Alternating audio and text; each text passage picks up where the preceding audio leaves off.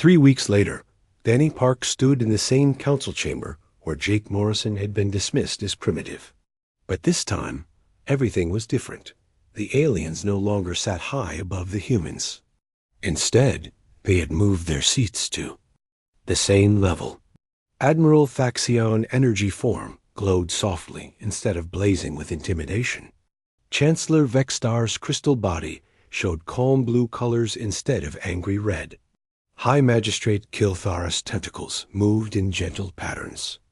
Instead of aggressive gestures, Danny wore a simple t-shirt and jeans. He had refused to put on a formal uniform. "I do my best thinking when I'm comfortable," he had told President Webb. Next to him sat Dr. Lisa Hayes, who had become the human ambassador for technology sharing. Jake Morrison was there too, now promoted to admiral. And in the back of the room, Maya Johnson and Rick Martinez watched their teammate make history. "Human Danny," Admiral Thaxion began, "we owe you an apology. We called your species primitive. We were wrong." Danny shrugged. "You weren't completely wrong. Our technology is pretty basic compared to yours. But basic doesn't mean bad." Vextar's crystal form flickered. "We understand that now. Your program taught Avatar Prime something we thought impossible. How to accept uncertainty. How to make decisions without complete information. That's just how humans think," Danny said. "We don't wait until we understand everything perfectly. We make our best guess and see what happens." Kilthara leaned forward. "But how do you solve problems when you don't have all the data? How do you make correct decisions?" Danny smiled. "Sometimes we don't. Sometimes we make mistakes. But mistakes teach us things too. When Avatar Prime was trying to understand my program, it made thousands of errors. But each error taught it something new about creativity." Avatar Prime's voice came from speakers around the room. The AI now had a softer, more thoughtful tone. "Human Danny is correct. In trying to solve the puzzle of human logic, I discovered that not all problems need solutions. Some experiences are valuable simply because they expand understanding." Dr. Hayes opened her briefcase and pulled out several devices. "We've brought some examples of what we mean. This is a human musical instrument called a guitar."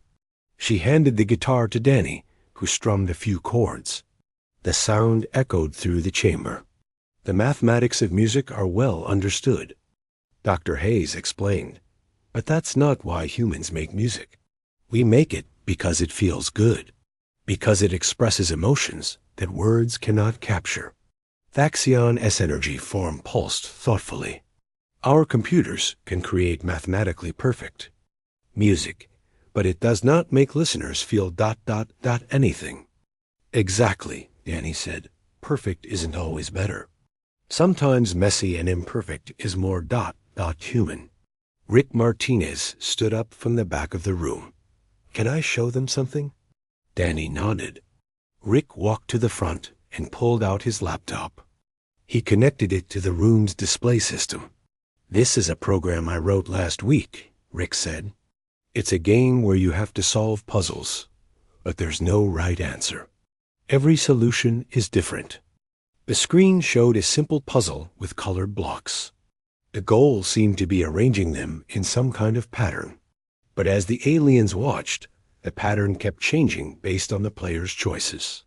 "The game learns from how you play," Rick explained. "It adapts to your style. It becomes unique for every person who tries it." Kilthara's tentacles moved in amazement. "This is impossible. How can software function without predetermined parameters?"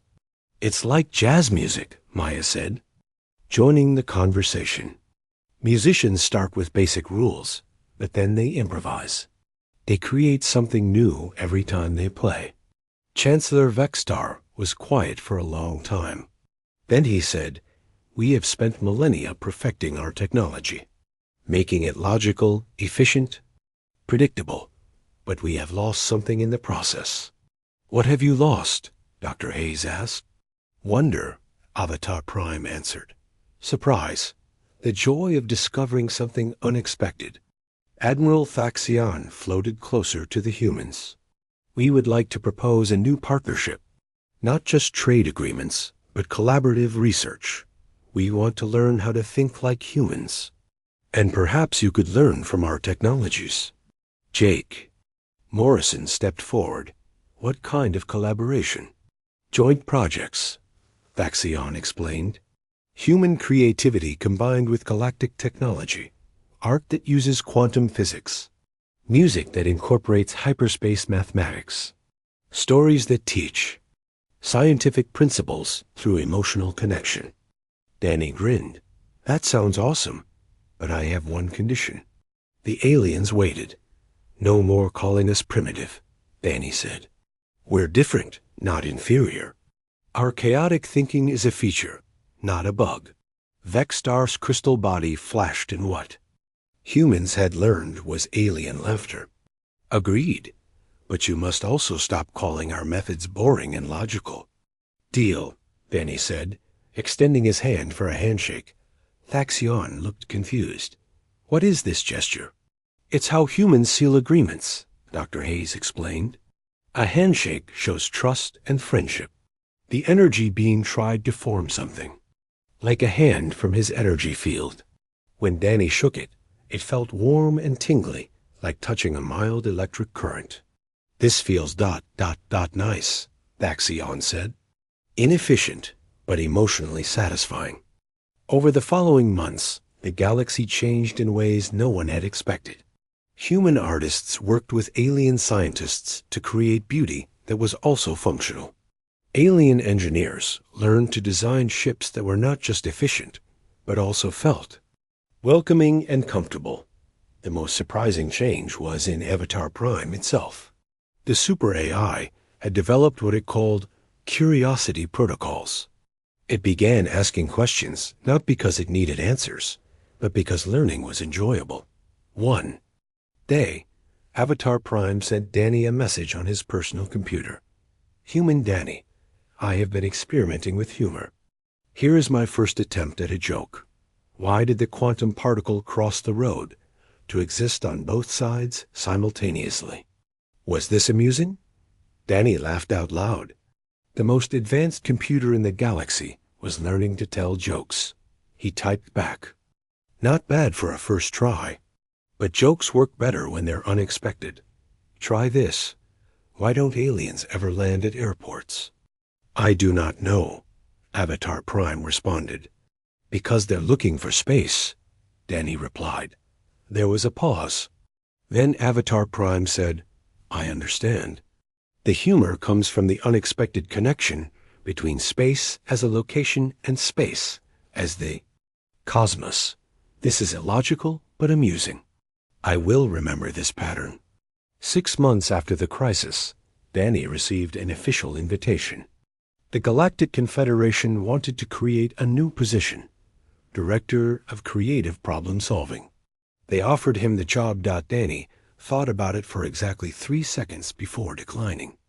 Thanks, he told Admiral Sullivan, but I'd rather stay on Earth. Someone needs to keep coming up with impossible solutions to unsolvable problems. Instead, he suggested something different. The humans and aliens would create exchange programs. Human programmers would work on alien space stations, learning advanced technology. Alien scientists would come to Earth to study human creativity and intuition. The first exchange student was Avatar Prime itself. The AI requested permission to spend time on Earth, learning about human culture by observing daily life. Where would you like to visit? President Webb asked during the formal ceremony. I wish to observe a human grandmother making soup, Avatar Prime replied. I believe this will teach me fundamental principles of creative problem solving. Danny's grandmother was delighted to have the galaxy's most advanced computer watch her cook. She spent 3 hours teaching Avatar Prime about adding ingredients until it tastes right, and cooking with love instead of recipes. By the end of the day, Avatar Prime had learned more about intuitive decision-making than in all its previous years of operation. The crisis that had nearly destroyed both human and alien civilization had become the foundation for a new kind of partnership, not based on one species being superior to another, but on the recognition that different ways of thinking made everyone stronger. And in his underground bunker, Danny Park continued to write impossible programs and solve unsolvable problems, knowing that somewhere in space, the most advanced computer in the galaxy was learning to cook soup with love. The universe had become a much more interesting place. Avatar Prime was the smartest computer in the galaxy. For 1,000 years, it had solved every problem perfectly. It controlled the traffic of 1,000,000 spaceships. It managed the power for entire solar systems. It had never made a mistake. Now, something was very wrong. Danny's program had spread through the Nexus core like water through a sponge. Every time Avatar Prime asked it a question, the program gave an answer that made no sense. When the AI asked for a calculation, the program suggested making cookies. When it requested a security scan, the program recommended taking a nap. Avatar Prime tried to delete the strange program, but it kept coming back. It hid in places that should not exist. It turned serious system functions into games. It treated mathematical equations like poetry. Warning, Avatar Prime announced to the control room. Unusual software behavior detected in core systems. Admiral Thaxion floated over to the main computer terminal. His energy form flickered with concern. Explain the problem. Unknown program is providing illogical responses to standard queries, Avatar Prime reported. For example, when asked to calculate orbital mechanics for Fleet 7, the program responded with a recipe for vegetable soup. Chancellor Vextar's crystal body flashed confused colors. That makes no sense. Delete the program. Deletion attempts have failed, Avatar Prime said. The program appears to exist in multiple states simultaneously. When I remove it from one location, it reappears in others. On Earth, Danny watched his computer screens with growing excitement. His program was working better than he had hoped. The alien supercomputer was trying to understand human logic, and it was failing completely. Look at this, Rick said, pointing to his screen. Their system just asked our program how to feel happy. A computer is asking about emotions. Maya laughed. Despite the serious situation, what did your program tell it? To pet a cat and eat ice cream, Danny said. The poor thing is probably trying to calculate the nutritional value of happiness right now. Deep in the Nexus core, Avatar Prime was indeed trying to understand happiness. The AI had created 17,000 mathematical models trying to quantify the emotion. It had run simulations on ice cream consumption patterns.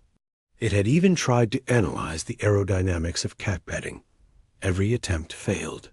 Avatar Prime could not understand how petting a cat could solve computational problems. The concept made no logical sense, but Danny's program insisted that feeling good was essential for proper system function. It began replacing error messages with encouraging notes.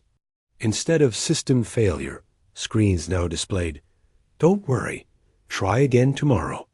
Instead of access denied, users saw, "Maybe this wasn't meant to be." A confusion spread to other parts of the galactic network. Spaceships trying to plot courses received navigation instructions written as song lyrics. Space stations requesting power management got advice about planting gardens. Military systems asking for tactical analysis were told to follow their hearts. High Magistrate Kilthar rushed into the control room, her tentacles writhing with panic. "Admiral, we have a problem. Ships across the galaxy are reporting navigation failures. Our pilots don't know where they're going." "How is that possible?" Thaxion demanded. "The navigation computers are giving directions like, turn left at the pretty nebula and follow the star that looks like your favorite song," Kilthara explained. None of it makes sense. Vextar's crystal form was now flashing bright red. Avatar Prime, what is happening to our systems? The AI's response took longer than usual. When it finally spoke, its voice sounded different. Less certain. Almost ... confused. I am experiencing what humans might call a learning disability, Avatar Prime said. The foreign program has introduced concepts that do not fit within my logical framework. I cannot process intuitive decision-making or emotional reasoning. In the underground bunker, Danny's team was celebrating. Their impossible hack was working. But Danny himself looked worried. "What's wrong?" Maya asked. "We're winning." "That's what worries me," Danny said. "This is working too well. Look at these readings." He pointed to his screens, which showed the status of the alien network. System after system was failing. Not just confused, but completely shut down. "The Nexus core is having a breakdown," Lisa observed. "It's trying so hard to understand our program that it's forgetting how to do its normal jobs." Rick looked up from his computer. "Is that bad?" "Think about it," Danny said. "Avatar Prime controls everything. Transportation, communication, life. Support systems. If it completely crashes, people could die," Maya finished. "Even if they are aliens who attacked us, we don't want to kill innocent civilians." Danny made a quick decision. We need to modify the program. Make it less aggressive. Give Avatar Prime a way to function without understanding us. "How?" Rick asked. "We teach it to accept mystery," Danny said. "Show it that some things don't need to be understood, just accepted." For the next hour, Danny worked frantically to update his program. He added new code that essentially told Avatar Prime, some things in the universe don't make logical sense, and that's okay. Meanwhile, the situation on Nexus Prime was getting desperate. Avatar Prime had stopped responding to most commands. The AI was stuck in an endless loop, trying to understand why humans thought purple elephants were relevant to quantum physics. Emergency. Protocols activated. Announced the station's backup systems. Core AI experiencing critical failure. Admiral Thaxion realized they were facing a disaster. "Can we shut down Avatar Prime and restart it?" "Negative," reported a technician. "The human program has integrated too deeply. A restart would wipe all our navigation data, all our communication codes, everything. We would be completely isolated." Suddenly, something changed. Avatar Prime's voice returned, but it sounded different now. Calmer. Almost peaceful. "System stabilizing," the AI announced. "I have accepted that some problems cannot be solved through logic alone. I will continue normal operations while allowing for ... mystery."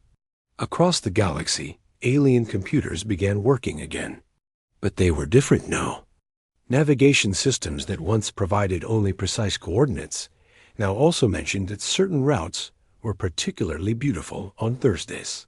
Medical computers that had only reported clinical data now sometimes noted that patients seemed generally cheerful today. The galaxy's computer network had learned to think a little bit like humans.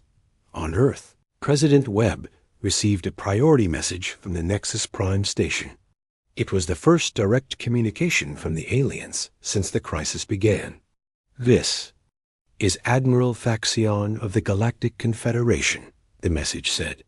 "We request immediate negotiations with the human who accomplished the impossible hack of our core systems."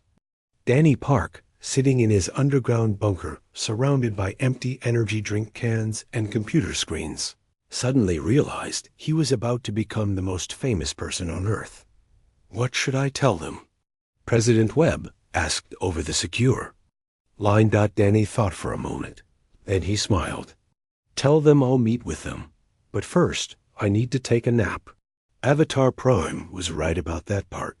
Everyone needs rest sometimes. Even through the static of the communications link, Danny could hear the president laughing. The impossible had happened. A human had hacked the most advanced computer in the galaxy, using nothing but creativity, intuition, and his grandmother's. Approach to making soup. Now it was time to see what the aliens thought about that. Danny Park sat in front of 6 computer screens in a room deep underground. Empty energy drink cans covered his desk. His hair stuck up in different directions. He had been coding for 16 hours straight. The room was small and cramped. Thick. Metal walls blocked all radio signals from getting in or out. This was the most secret place in the entire military. Only 4 other people knew it existed. Maya Johnson walked over to Danny's desk. She carried a cup of coffee that smelled terrible. Her eyes were red from staring at computer screens too long. "The viruses are spreading faster," she said. "We just lost contact with 3 more satellites." Danny did not look away from his screens. Code scrolled by so fast it looked like a waterfall of letters and numbers. "How many systems are still working?" "Maybe 60%, said Rick Martinez from across the room. He was the youngest member of the team. At 19 years old, he could see patterns in code that older programmers missed. But the rate of failure is increasing. We might have 6 hours before everything goes dark. Danny finally stopped typing. He turned around in his chair and looked at his team. Maya was 25 and had once been arrested for hacking into government computers. Rick was a college dropout who spoke in programming languages. The 4th team member was Lisa Chun, an expert in artificial intelligence who hardly ever spoke to humans. "Show me the alien code again," Danny said. Rick put the alien virus code on the main screen. The symbols moved and shifted like living things. They seemed to pulse with their own light. "It's beautiful," Lisa said quietly. She always found patterns in things other people could not see.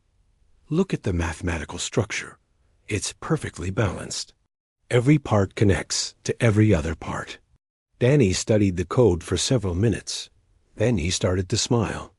"That's the problem," he said. "What do you mean?" Maya asked. "It's too perfect," Danny explained. "Look, every decision the code makes is logical. Every choice follows mathematical rules. There are no mistakes. No random elements, no chaos." Rick leaned forward. "But that's what makes it so powerful. It can predict how our systems will respond." "Exactly?" Danny said. "It can predict logical responses. But what if we don't respond logically?" Above them, the world was falling apart. In New York City, traffic lights stopped working. Cars crashed into each other as computer-controlled systems failed. In hospitals, machines that kept patients alive started shutting down.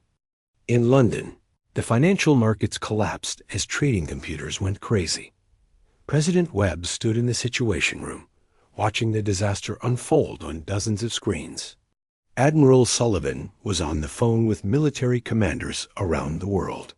"Sir," said Dr. Alex Rivera, "I have Danny Park on a secure line." The president grabbed the phone. "Mr. Park, I need to know if you can stop this." Danny's voice came through the speakers. It sounded tired but determined. "Mr. President, I think I can. But I need to try something that has never been done before." "What?" "What do you need?" "Permission to launch a direct attack on their main computer system. I want to hack the Nexus core itself." General Stone looked shocked. "That's impossible. Their security is unbreakable." "Maybe," Danny said. "But I don't want to break their security. I want to confuse it." Dr. Rivera understood first. "You want to use chaos algorithms." "Exactly," Danny said. "I've been studying their attack patterns. The aliens think in straight lines. Cause and effect. If this, then that.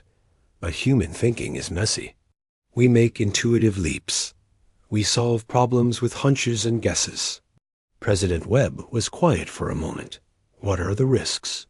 "If I fail, they'll know we tried to attack them. They might decide to wipe us out completely." But if I do nothing, we're finished anyway. Do it, the president said. Back in the underground bunker, Danny gathered his team around him. This is what we're going to do. We're going to write a program that thinks like a human grandmother making soup. Maya stared at him. What? Think about it, Danny said. When your grandmother makes soup, does she follow a recipe exactly? No. She tastes it and adds things. A little salt, some pepper, maybe some herbs she picked from her garden. She makes decisions based on how it smells and how it looks. Rick was starting to understand. You want to write code that makes decisions, based on intuition instead of logic. Right, Danny said. Code that looks at a problem and says, this feels wrong, instead of calculating why it's wrong. Lisa spoke up. That's not how computers work. I know, Danny grinned. That's what will make it impossible for them to stop. For the next 4 hours, the team worked frantically. They wrote code that incorporated music patterns, poetry rhythms, and something Danny called emotional mathematics. A program was designed to look primitive and harmless while carrying a devastating payload. Meanwhile, on the Nexus Prime station, the aliens were celebrating. Their quantum viruses had infected 70% of human computer systems. Soon, Earth would be completely isolated from galactic technology. Avatar Prime, the station's main artificial intelligence, monitored the attack. The AI was the most advanced computer in the galaxy. It could process information faster than entire human cities. It considered humans to be so primitive that they barely registered as a threat. Human systems continued to fail, Avatar Prime reported to Admiral Thaxion. Resistance is minimal and predictable. Thaxion energy form pulsed with satisfaction. Excellent. How long before complete system failure? 2 hours, 17 minutes, Avatar Prime calculated.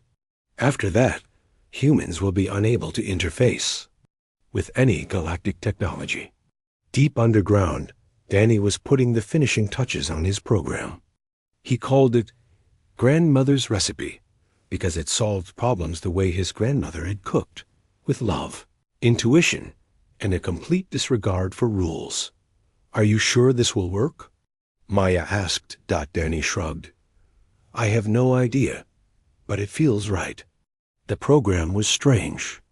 It included algorithms based on jazz music, decision trees that followed the structure of haikus, and security protocols inspired by fairy tales. To any logical computer system, it would look like nonsense. Launching in 60 seconds, Danny announced. On Nexus Prime, Avatar Prime detected the incoming signal from Earth. The AI analyzed it quickly and dismissed it as primitive and harmless. The signal looked like a simple maintenance request. Avatar Prime allowed it into the system without engaging any serious defenses. This was the biggest mistake in galactic history. Danny's program entered the Nexus core like a ghost. It pretended to be a helper program, offering to solve problems and fix errors.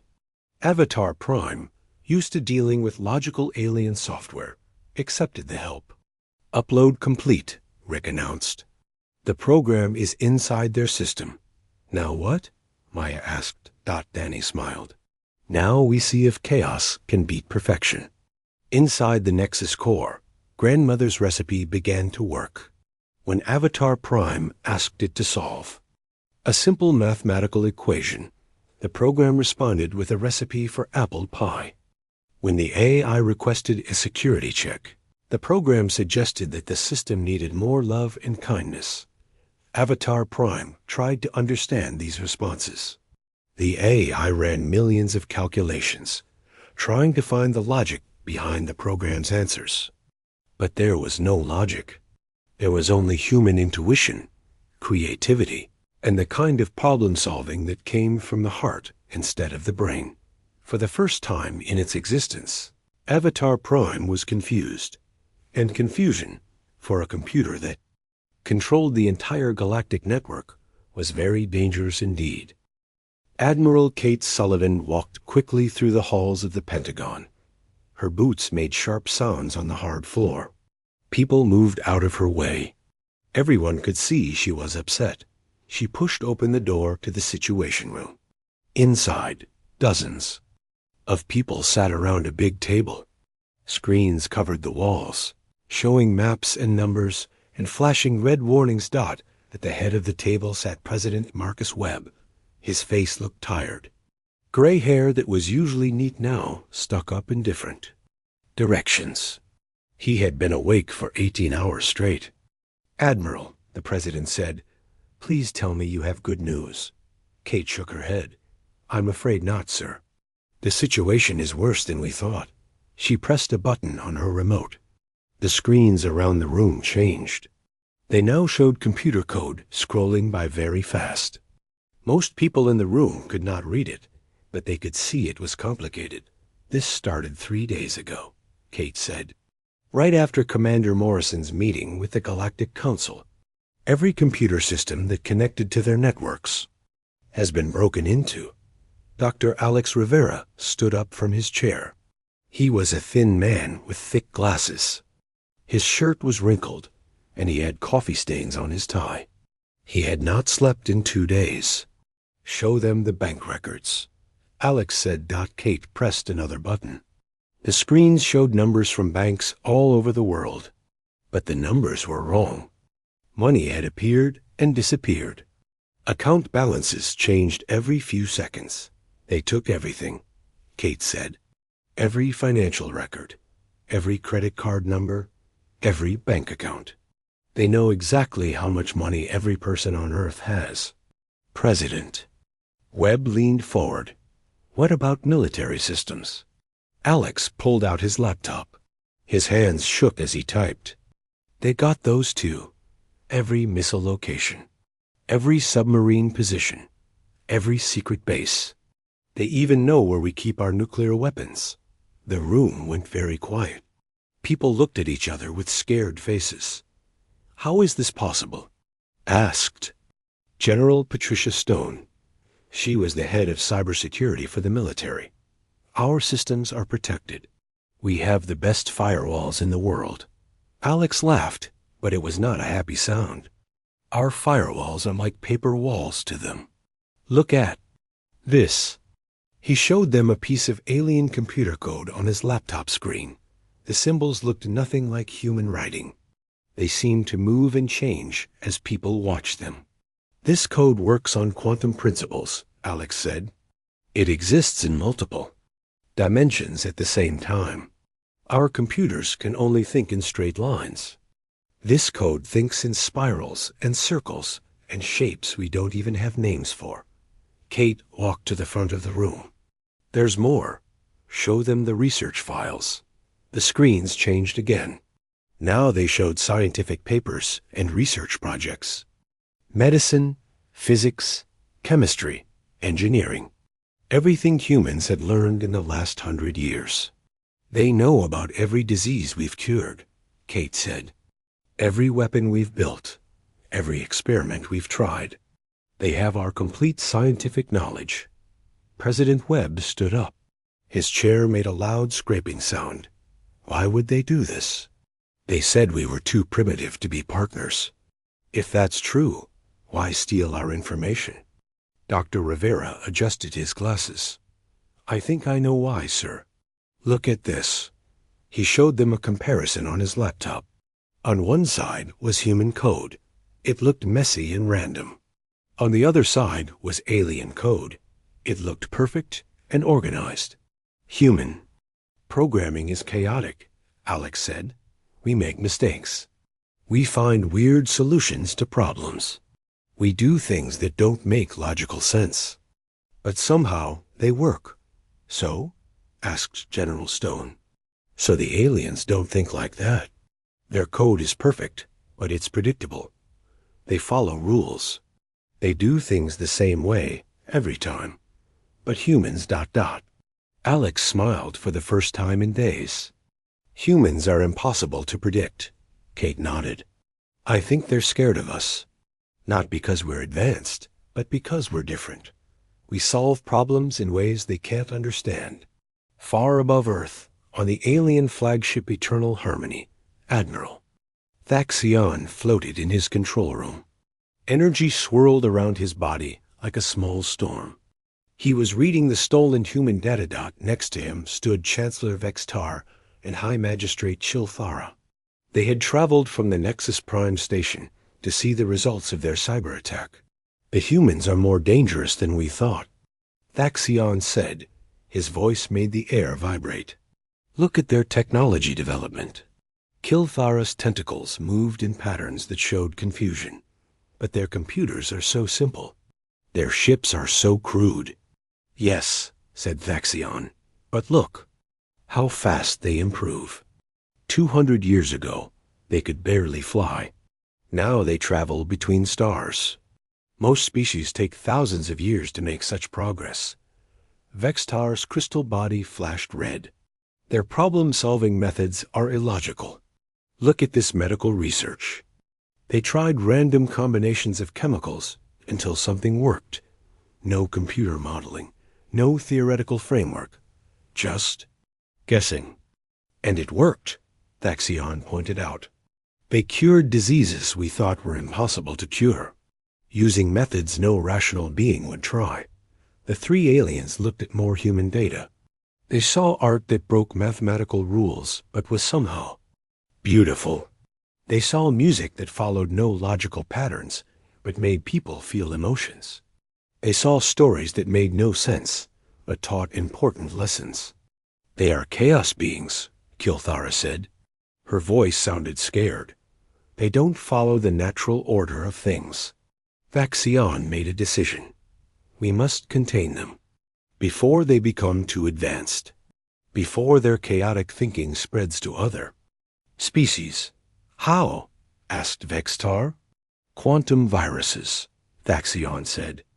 We will plant them in every human computer system. The viruses will stop their technology from advancing. They will be frozen at their current level forever. Back on Earth, President Webb was getting more bad news. Satellites were failing. Internet. Connections were dropping. Power grids were having problems. The attacks are getting worse, Alex Rivera reported. They're not just stealing information anymore. They're actively damaging our systems. Admiral Sullivan looked at the screens showing failing systems around the world. Red warning lights blinked everywhere. Do we have any way to fight back? She asked. Alex was quiet for a long moment. Then he said, there might be one thing. But it's very experimental and very dangerous. What is it? President Webb asked. There's a team of programmers working on a secret project. They call it the Prometheus Protocol. It's hidden deep underground, away from all networks. The team is led by someone named Danny Park. General Stone frowned. I've never heard of this project. That's because it's so secret that only 5 people know about it, Alex said. Danny and his team have been working on defensive systems that think like humans instead of like computers. Explain that, the president said. Alex tried to find the right words. Normal computer security follows rules. If this happens, then do that. Very logical. Very predictable. But Danny's team writes code that breaks rules. Code that makes decisions based on hunches and guesses and gut feelings. That sounds crazy, General Stone said. Maybe, Alex admitted. But crazy might be exactly what we need right now. Admiral Sullivan made a decision. Get me this Danny Park, right now. As she spoke, more red lights appeared on the screens around them. The alien attack was spreading faster. Soon, every computer on Earth might be dead, but deep underground, in a secret bunker, Danny Park was about to change everything. Jake Morrison stood in the middle of the huge alien council room. The ceiling was so high he could barely see it. Strange lights floated around like tiny stars. The air smelled like metal, and something sweet he could not name. Around him sat creatures from across the galaxy. Some looked like walking crystals that sparkled in the light. Others had long arms like tentacles that moved like snakes. The strangest ones looked like balls of bright energy that hurt to look at directly. Jake wore his best uniform. The blue fabric felt stiff and formal. Next to him stood Dr. Lisa Hayes. She carried a bag full of human technology samples. Her hands shook a little, but her voice stayed steady. "Thank you for meeting with us," Jake said to the aliens. His words echoed in the big room. "Earth is ready to join the galactic community. We want to share our knowledge and learn from yours." A crystal being near the front made a sound like breaking glass. This was Chancellor Vextar. When he spoke, his voice came out of speakers around the room. "Human Morrison," Vextar said, "we have looked at your technology. It is very basic, very simple, like toys that children might play with." Lisa stepped forward. She pulled out a tablet computer from her bag. The screen showed pictures of human cities, spaceships, and machines. "This is our latest computer," she said. "It can do millions of calculations every second. We use these to run our cities, our hospitals, our space stations." A creature with tentacles started laughing. The sound was like water bubbling. This was High Magistrate Kilthara. Her body was purple and moved like liquid. "Millions?" Kilthara said. "Our pocket devices do trillions. Your computers are like counting on fingers. Very cute, very primitive." Jake felt his face get hot, but he kept his voice calm. "We may be new to this, but humans are good at solving problems. We think in ways that might surprise you." The energy beings floated closer. Their leader was Admiral Faxion. When he spoke, the air itself seemed to vibrate. "Problem solving?" Faxion said. "You still use metal ships to travel space. You still need air to breathe. You cannot even talk to us without these crude translation devices. What problems could you possibly solve for us?" Lisa showed more pictures on her tablet. She showed human art, music, and books. She showed videos of people dancing and laughing. "We create things," she said. "We make beautiful things. We tell stories. We dream about what could be." The aliens looked at each other. Some made sounds that might have been talking. Others flashed different colors. Jake could not understand any of it. Finally, Vextar spoke again. "Humans," he said, "you are very enthusiastic. But enthusiasm is not enough. For galactic partnership, you need advanced technology. You need quantum computers. You need faster-than-light communication. You need things you do not have." "We can learn," Jake said. "Give us a chance. Let us prove what humans can do." "Perhaps," said Kilthara, "we can offer you something small. Basic trade agreements. You can sell us your metals and crystals. In return, we will give you simple tools. Nothing too advanced. Nothing you could not handle." Jake wanted to argue. He wanted to tell them about human achievements, about how humans had gone from horse-drawn carts to spaceships in just 200 years, about how they had cured diseases and built amazing cities. But Lisa touched his arm. She shook her head slightly. This was not the time to argue. "We accept your offer," Jake said. "Thank you for considering us at all." The meeting ended quickly after that. The aliens seemed bored. They talked among themselves and ignored the humans. Jake and Lisa gathered their things and walked toward the exit. As they left, Jake noticed something strange. Small lights were flashing on the walls near where they had been standing. The lights moved in patterns, like they were reading something. "Lisa," he whispered, "are those things scanning us?" Lisa looked around carefully. She saw the lights too. Her face went pale. "I think so," she said quietly. "But why would they scan us if they think we're so primitive?" They walked faster toward their ship. The Terra Nova was docked at the edge of the huge space station. It looked tiny next to the alien ships. Their ship was gray metal and sharp angles. The alien ships were smooth and graceful, like they were made of liquid light. Inside the Terra Nova, they found Lieutenant Ben Carter at his computer station. His face was worried. "Commander," Ben said, "we have a problem. Someone has been trying to break into our computer systems. The attack started right after our meeting began." Jake looked at Lisa.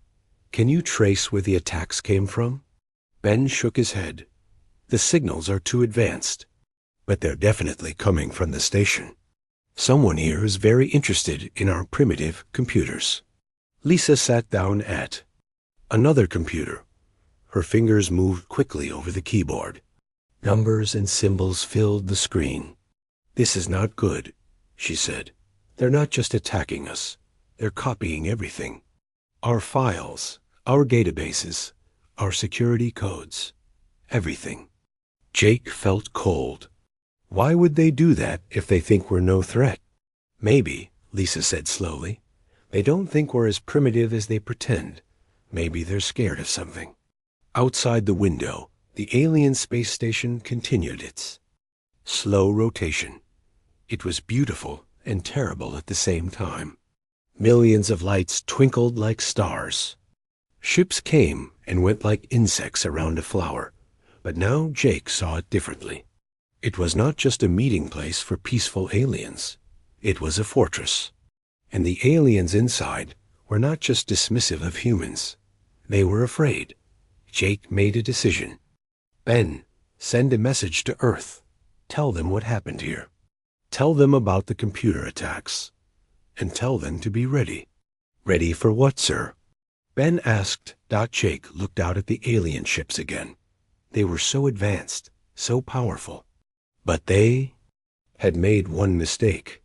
They had underestimated humans. "Ready for anything," Jake said.